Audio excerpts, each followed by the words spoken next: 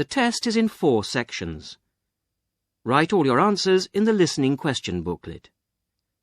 At the end of the test, you will be given 10 minutes to transfer your answers to an answer sheet. Now turn to Section 1.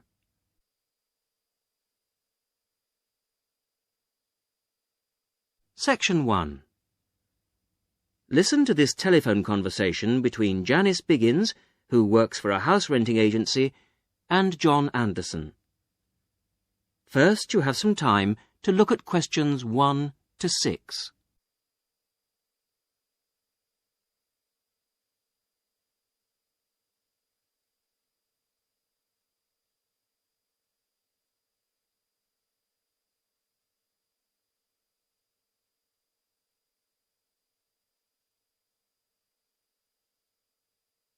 You will see that there is an example which has been done for you. On this occasion only, the conversation relating to this will be played first. Hello, Flagstone. Oh, hello. Is that Flagstone Properties? Yes, that's right. Flagstone here. How can I help you? Hello. I'm ringing just to make inquiries about renting a house.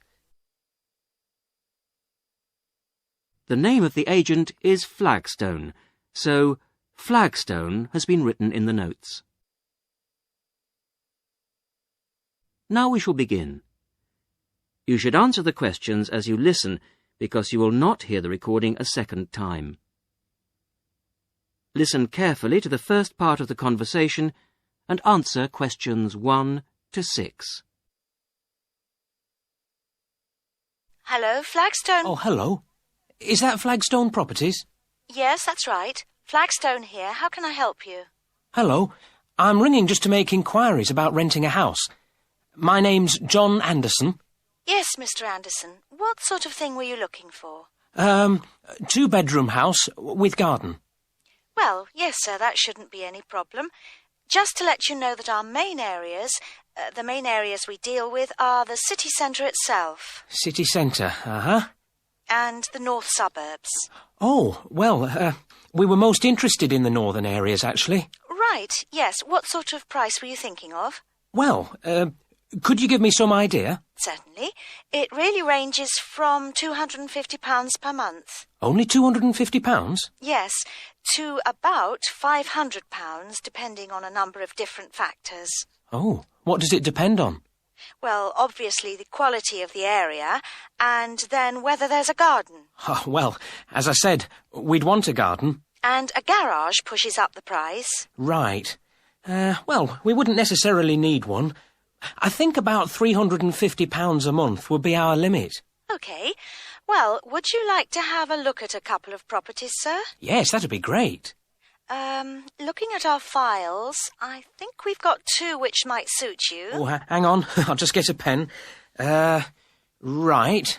OK, well, there's one on West Park Road, which is £325 a month. Uh-huh. Are the bills included? Well, that one just includes the water bill. OK, right. And the second house is in Tithe Road. I'll just spell that for you, OK? Yep. Tithe Road. Yeah, got that. And how much is that one? That's £380. 380. Is that including water? No, I'm afraid not, but it does include the telephone rental. Oh, well, that's not too bad then. So... Before you hear the rest of the conversation, you have some time to look at questions 7 to 10.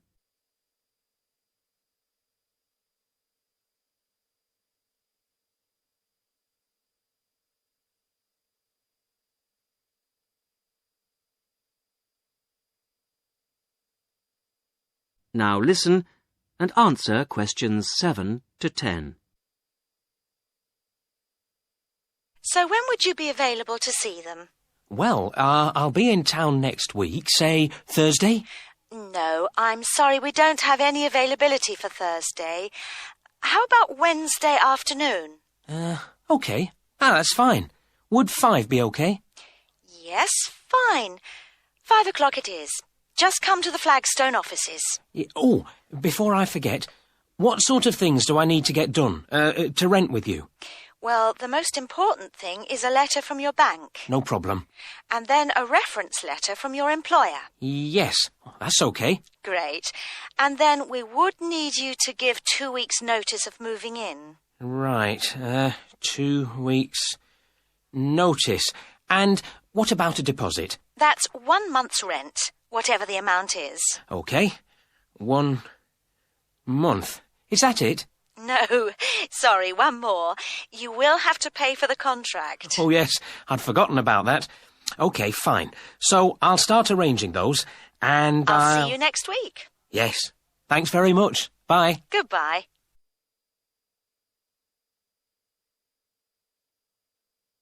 That is the end of section 1. You will now have half a minute to check your answers.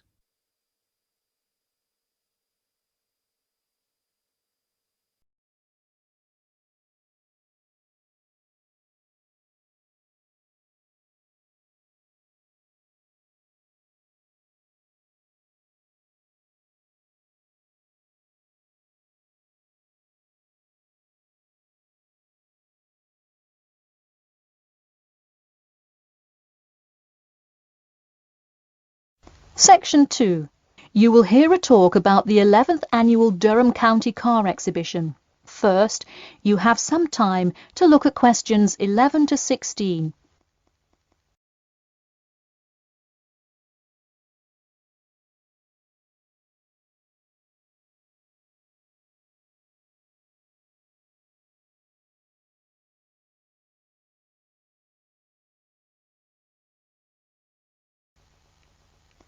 Now, listen carefully and answer questions 11 to 16.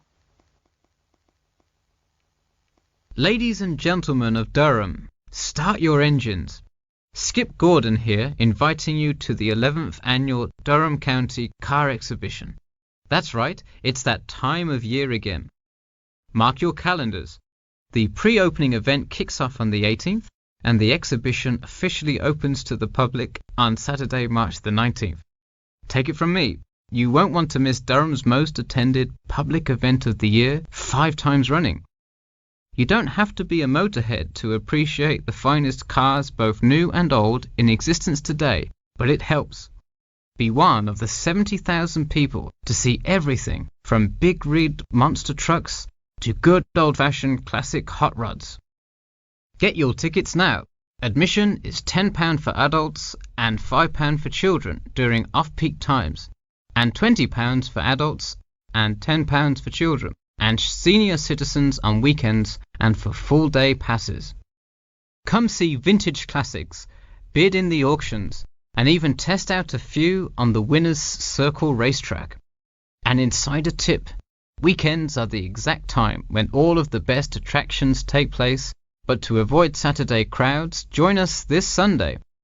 You'll see me, Skip Gordon, and all your friends from WKXP there this Sunday at our very own booth, so stop by and say hi, and you might just win a prize of your own. A new attraction this year will be the addition of a new car category, electricity, namely the electric car class. See displays from Toyota, Honda, and you guessed it, Tesla. Watch as the first generation of fully electric cars compete on style, ride, and watch the main entertainment as there's going to be a fabulous show of racing car to see who takes home fastest battery-powered car. While not typically known for their speed, this new class is guaranteed to surprise you. Before you hear the rest of the talk, you have some time to look at questions 17 to 20.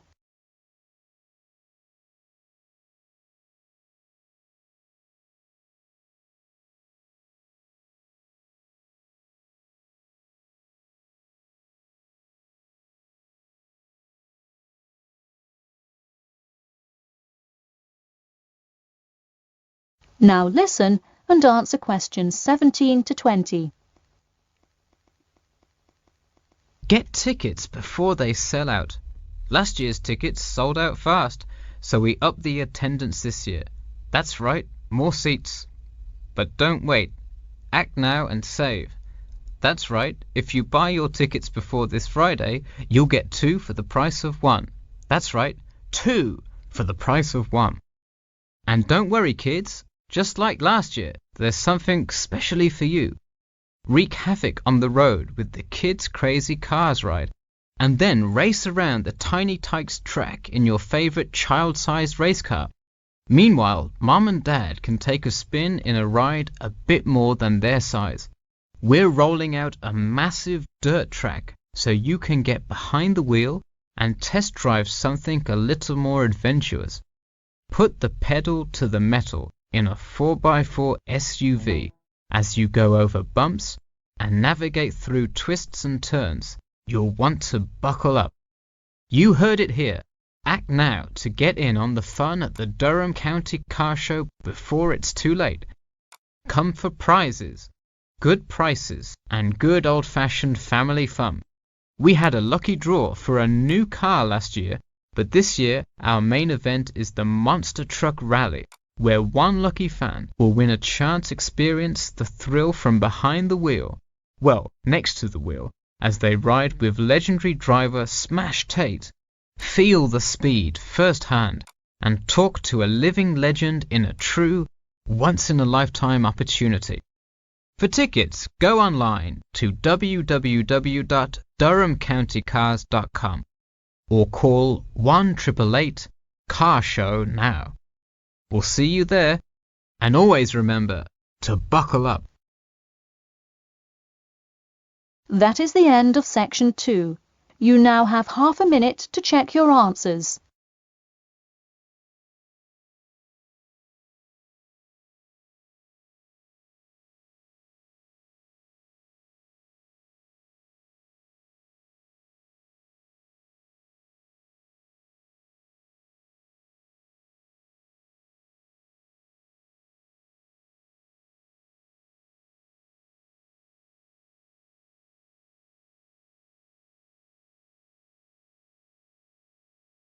Listen to the news report about a robbery and then complete the notes from the detective's notebook.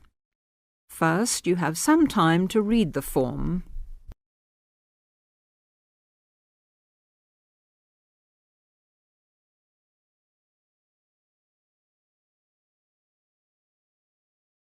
Now, listen to the news report and fill in all the blanks. There has been an armed robbery this morning at the Halifax Building Society's branch on Edward Street. John Brinks is at the scene with Detective Sergeant Henry Lawson. Detective Sergeant, can you tell us what you know about the robbery? Yes, the raid took place this morning, shortly after 11:30, when a man accompanied by a woman went into the offices of the Building Society and asked to see the manager. There were no other customers in the building at the time. They were let into the manager's office, and the woman produced a gun from her handbag. Then they took the manager back out of his office and made him tell the cashiers to hand over all the money they had in the tills and in the safe. It came to about $25,000. Presumably you have a number of witnesses. Yes, we have a good description of both of them. The man was about 1 meter 80 centimeters, around 35 years of age, with blue eyes and short, curly red or ginger hair. He was wearing jeans, a green sweater, and a 3/4 length blue coat. When he spoke to the cashier when he came in, he called himself Mr. Erickson, but we doubt whether that is his real name. But we do know that may be his real name. He also spoke with a strong Scottish accent, which may help us to trace him. And what about the woman? Now, she is in her early 20s, slim and quite tall, about 1 meter 70 centimeters. She was wearing a long white raincoat, which was quite loose-fitting, and which she didn't take off. She had a beige handbag, which they used to hide the gun in. She's got straight, shoulder-length blonde hair, blue eyes, and, like the man, has a noticeable accent. Do you have any other information? Yes, the car they used was seen by 2 or 3 people. It's a blue or dark blue Ford Escort, and we have the registration number. And it's G595ERI. I'll say that again. It's G595ERI. Now, the car was stolen from Bishopstone just over a week ago, so if anyone has seen it in the last week, we would like to hear from them. We also know that the car's front left headlight was broken when it was stolen, and is still broken, we think. So, you would like information from the public about the car? Yes, and the people. We're appealing to anyone who thinks they may recognise the 2 robbers or know anything about the car. We've set up an incident room in Swindon, and the telephone number is 774529. So we would like people to ring us if they have any information. And, of course, all calls will be dealt with in the strictest confidence. Thank you very much. Thank you. And the number again, if you have any information, is 774529. And now back to the studio.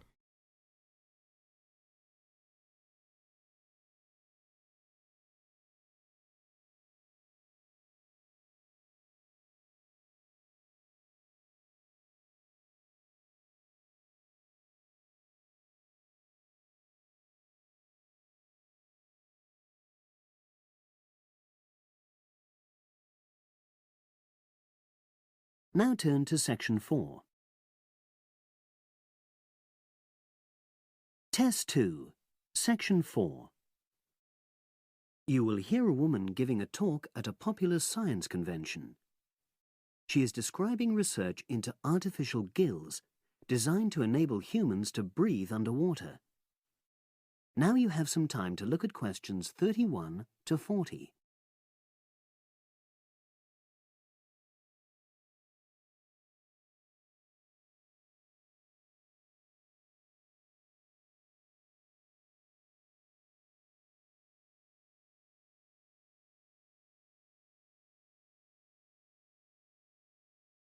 Now listen and answer questions 31 to 40.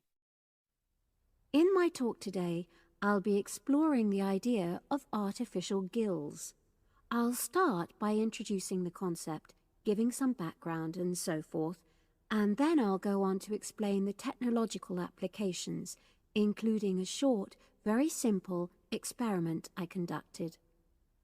Starting with the background. As everyone knows, all living creatures need oxygen to live.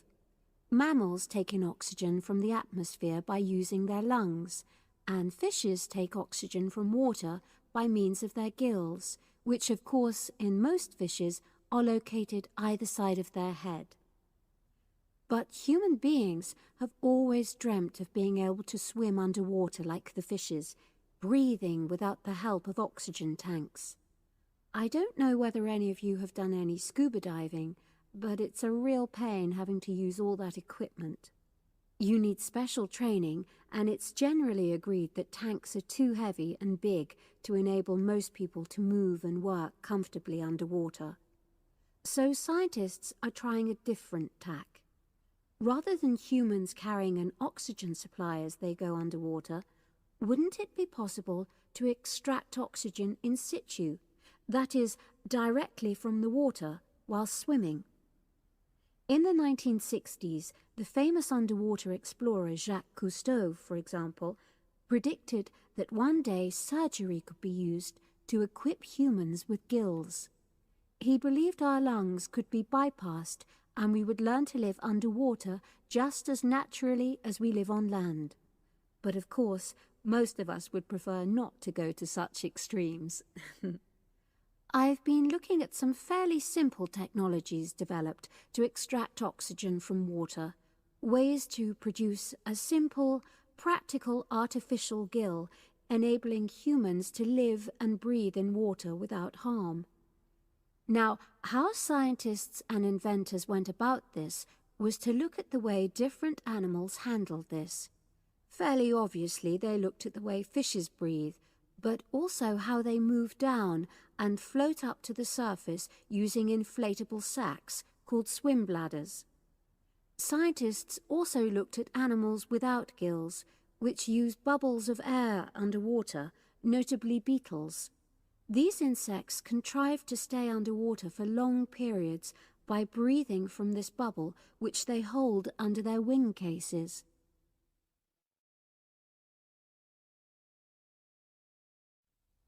By looking at these animal adaptations, inventors began to come up with their own artificial gills.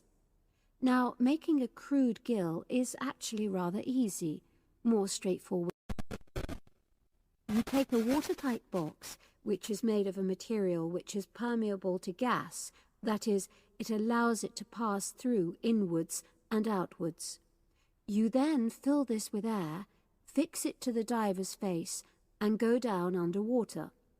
But a crucial factor is that the diver has to keep the water moving so that water high in oxygen is always in contact with the gill, so he can't really stay still.